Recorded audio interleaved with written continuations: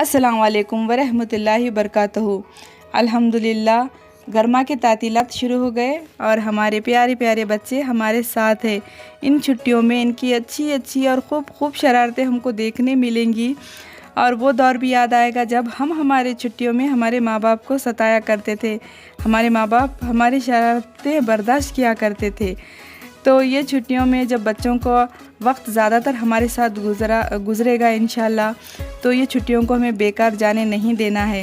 ان چھٹیوں میں بچوں کو چھوٹی دین کی باتیں سکھائیں، ان کو چھوٹے اذکار سکھائیں، اذکار کی فضیلت بتائیں، دعاؤں کی برکات، نمازوں کی اہمیت بتائیں، ان کو چھوٹے دعائیں یاد کرائیں جو ہم مائیں کر سکتی ہیں نا، وہ اور کوئی نہیں کرا سکتے۔ اور ان کو استغفار کی فضیلت، بسم اللہ کی فضیلت، بسم اللہ کی برکت اور اس کے فائدے بتائیں، اس کے نقصانات بتائیں کہ بسم اللہ نہیں پڑھنے سے کیا نقصانات ہو سکتے ہیں۔ ان کے تعلق سے کئی کہانیاں بھرے پڑے ہیں۔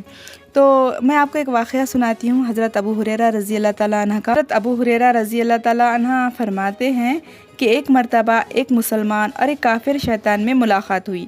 کافر شیطان خوب موٹا تازہ، بدن پر کپڑے پہنے اور سر پر تیل لگائے ہوئے تھا، جبکہ مسلمان کا شیطان دبلا پتلا، لاغر، کمزور، پرا گندا اور ننگا تھا۔ کافر کے شیطان نے مومن کے شیطان سے پوچھا، بھائی تمہاری یہ حالت کیوں ہے؟ اس نے جواب دیا، میں ایک ایسے اللہ کے بندے کے ساتھ ہوں جو کھانا کھاتے، پانی پیتے یا اور کوئی چیز کھاتے پیتے وقت بسم اللہ پڑھتا تھا، تو اس وجہ سے مجھے پیاسا اور بھوکا رہنا پڑتا ہے، اور جب وہ تیل لگاتے وقت، کپڑے پہنتے وقت بسم اللہ پڑھتا ہے تو اس کی بدولت میرے بال گندے اور جسم ننگا رہ جاتا ہے۔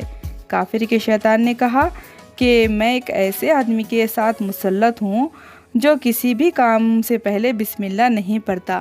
تو یہ کہانی کو اپنے بچوں کو ضرور اچھی طریقے سے